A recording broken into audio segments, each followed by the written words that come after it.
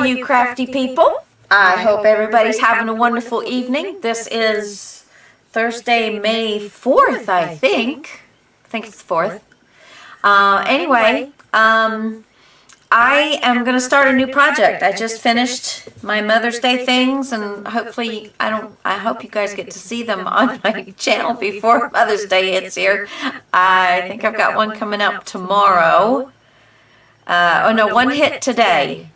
No, I think I got it coming up tomorrow. I don't know, guys. I'm sorry. It's been a little funky over here.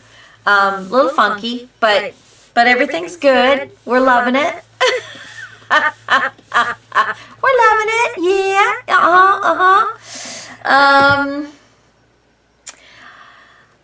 Okay, so what do I do when I want to start something new? Well, I tell you, for about the last week, I have been sitting here going, what am I going to do? What do I want to do? What papers do I want to use? So usually the first thing I do, this is a Stampin' Up! Pad. I don't know what they call it. It's a grid pad. And I don't know why, but there's centimeters on, and you can tell I've had this for a while. You see how aged it is. I think you can, but anyway. Centimeters on this side and inches are on this side. But usually I start out, it doesn't really matter. I just do each square as an inch. So, you know, that's just how I work it. And then I get to getting something like this. Okay, what do I want to do? You know, this is the wish list area. What is it I want to do? I want to do a mini album. I want to do a journal. And I want a box to display them in. Okay, so that's what I'm going to do. But now, what papers am I going to use? So I flip around and I'm thinking, okay, 6x6 would be a little too small. For me, that's just a little too small because you get one picture per page. Not really worth the effort. I'd rather go a little bit larger and get a nice, you know, a nice 2 pictures on a page. So sorry. I must be getting hungry. It's about that time for me. Okay. And if you're wondering, I just got out of the shower and I'm trying to let this dry a bit before I put my stuff on it. So you guys are getting me all natural. So I decided that I'm going to leave my paper at 8.5. So that will be the height of the pages, 8.5. And then I'm going to have an actual page to work on of 6.5. So that's a good size. I can get the 4x6 pictures on this way, or I can do it this way and still have room for playing and doing all that kind of stuff. So then I start getting into a little bit more of what my base page looks like, and then what am I going to do, and ideas and things like this. So I'm still, at this point, really not sure what paper I'm going to use, but I'm kind of liking this. So I went through and I said, you know, 6x6, I didn't look through those because I thought too small. Not really what I'm looking for this project. Then 12x12, yeah, I could totally work with a 12x12, but I have probably 20 8x8s. So I decided I am going to do an 8x8. You know, use an 8x8 paper pad. And this one's a beautiful one, especially for springtime bird watchers. It's absolutely gorgeous. For the journal, I am going to be trying to find a digital kit that will work. Now, if you don't like making mini albums and you want to do 2 journals or a big journal, and the display box so that it could fit nicely on a shelf, you know, look pretty, that kind of thing, then by all means, skip the mini album part and watch the journal part. So that's totally going to be, you know, your choice. But this is not going to be a tough mini album. So if you've never made a mini album, this this would be a fun mini album to do because it's really not going to be a tough one at all. And if I do get into things that maybe I think a beginner might not want to do right at first, I will give you some alternatives. Absolutely. So this is a beautiful set.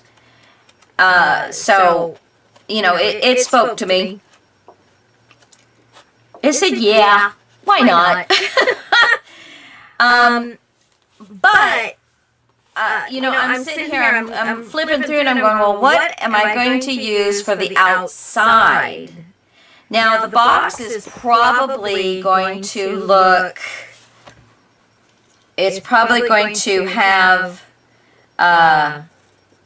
sides that go like this. Okay, that would be looking at it on the side. So, and this would be open here.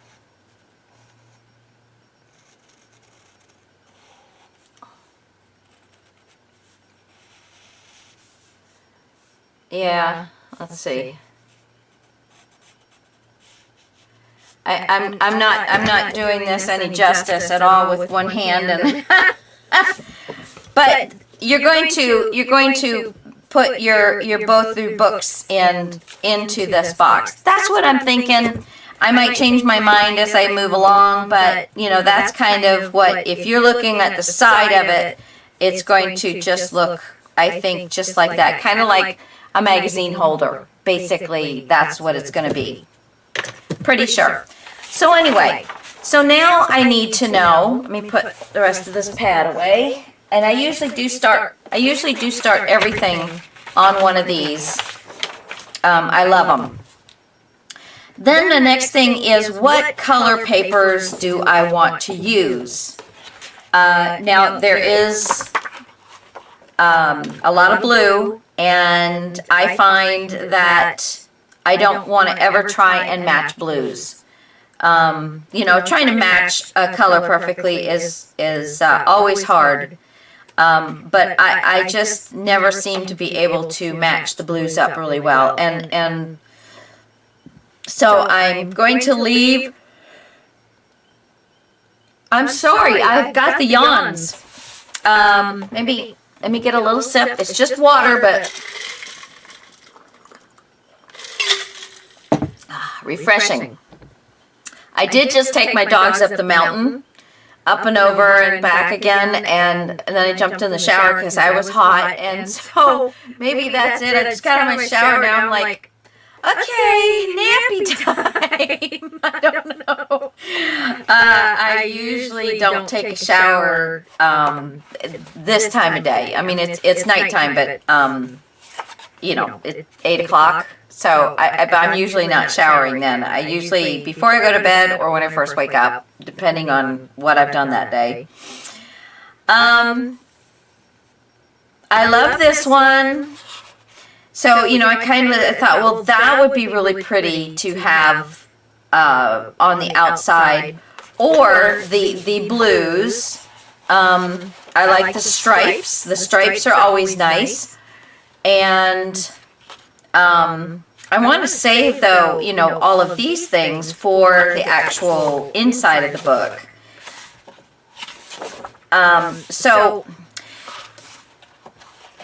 But trying to figure out what color paper, you know, that is the hard one. So let's find, let's see,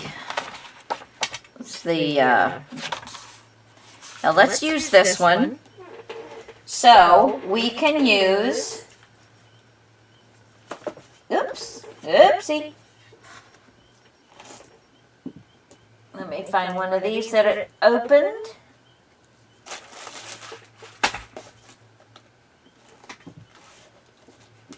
Oh, for heaven's sakes. Come on, guys. Throw me a bone here.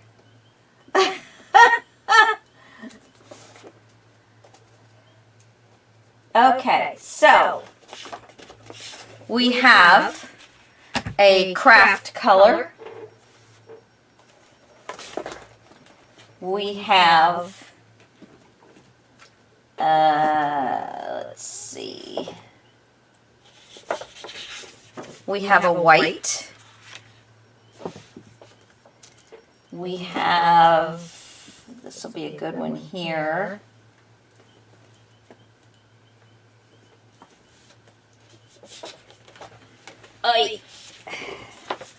a cream color, or we have a black color. So these are, you know, these are your basic ones.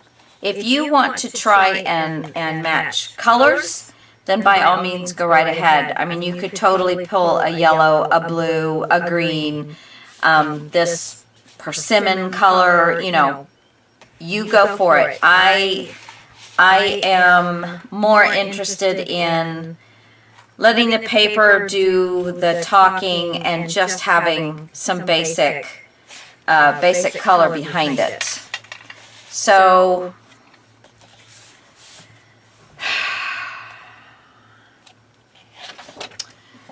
yeah, this is, I mean, it all works. This one's a little bit more, it all works. I think the white is a little bit too white. I think it's just a little bit too white. And it, I don't know, it gets lost. It just gets lost. Let's see. Yeah, because this is softer. This has got some white, but it's still softer. So I'm going to say no to the white. And then let's try the cream. I'm going to put these over here for a second. So the cream works. Find a different sheet here. But then with this one, the cream just gets lost again, you know, so you have to find one, and then that it just doesn't make anything dance for me, you know. So no on the cream. Now let's try, whoops, and I must tell you, I did pull the black out right away, but I am totally not positive. See, now that looks nice. That looks very nice.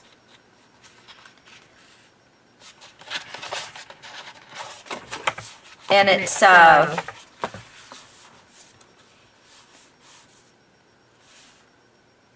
but let's try the black. So see, there is enough black in, I think, every one of these pictures that it just makes it pop. Let's try.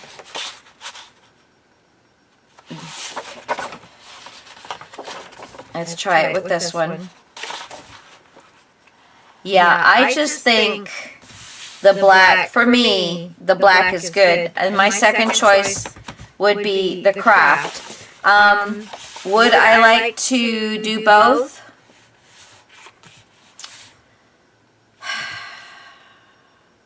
It doesn't do enough for me to say absolutely. It just does not do enough for me for that. Because I would. Sometimes I think I've done it at least once where I've said, oh my gosh, I've got to do this. You know, it's just stunning that way. So if it was worth it, I would have done it, but it not. So I'm just going to put my pages away. So I have been trying very hard since I've gotten the first part of my craft room. Oh, come on. Since I've gotten this part of my craft room, I'm trying very hard to keep it all nice and clean and neat and goodies. So, okay, so we're going to use black. And I've got quite a few sheets here, so I don't know whose paper this is, but it's about a 65-pound weight. I think as long as you have that, you'll be fine, especially when you're working with like a graphic 45, where the paper is much more substantial than like scrapbook paper. If you're working with scrapbook paper, which is just almost like copy paper, then you should go for like an 85-pound weight cardstock, or your pages are going to be really flimsy and bend and all of that kind of stuff. So there's that. Now I did pull out, I have these that came, I used to do a Photo Bella month club thingy, and it was for cards. Well, I don't do cards, but I liked, it was a good price, and so I got them, even though I don't do cards. And I did some of the cards, but mostly I just got them to get the graphic 45 stuff. And, you know, tried to enthuse me to get to use cards, to do cards, but it didn't. I tried. It just didn't work. So this has got a huge amount of paper ephemera in it. And so, you know, I'll have that. Now, I did go through my stash just in case I wanted to have a 12 by 12 paper. I don't have any 12 by 12 papers for this bird watcher paper. All I have is the 8 by 8. Well, this is Graphic 45 Time to Flourish collection. So this is a 2021. This is a 2014. They do come back with the colors, though. If you look, we've got the same blues, the same greens, the same yellows. It doesn't have the persimmon color per se really on this, but if I needed to, I could use these. The blue kind of works as well, but all of this is fall, school days, back to school, time to flourish, autumn time, fall, you know, so I don't think I could get away with using the blue, but I think some of this, if I need it for the box, like maybe the back piece of the box, and the sides, that I think this would work out okay for me. So I did pull those. And you can use any kind of paper for that, because we're going to be using chipboard. Now, the chipboard I'm going to be using is, if you guys have ever come across these chipboard kits from Recollections, I was teaching at Michael's for, I guess, about a year and a half, and every time these things went on discounted sale and stuff like that, I would usually pick one up, because I would have to, I made everything that I wanted to show them to do myself. This was before they made it mandatory just to do what Michael's sent you to do. I could do whatever I wanted. And so I would buy these. Well, I don't do these anymore. And so I'm going to use this chipboard, see how much of this chipboard we can use up. Now, it also has 6 smaller pieces. Those won't get used in this. Oh, it's attached somehow here. Yeah, so those won't be used. They're too small. Possibly on the sides, though, actually. Now, they do have these little tabs on them, but, you know, I won't be worried about those. I could use 2 of the tabs on the covers. That might be cute coming out with the box. So, but you are going to need some chipboard.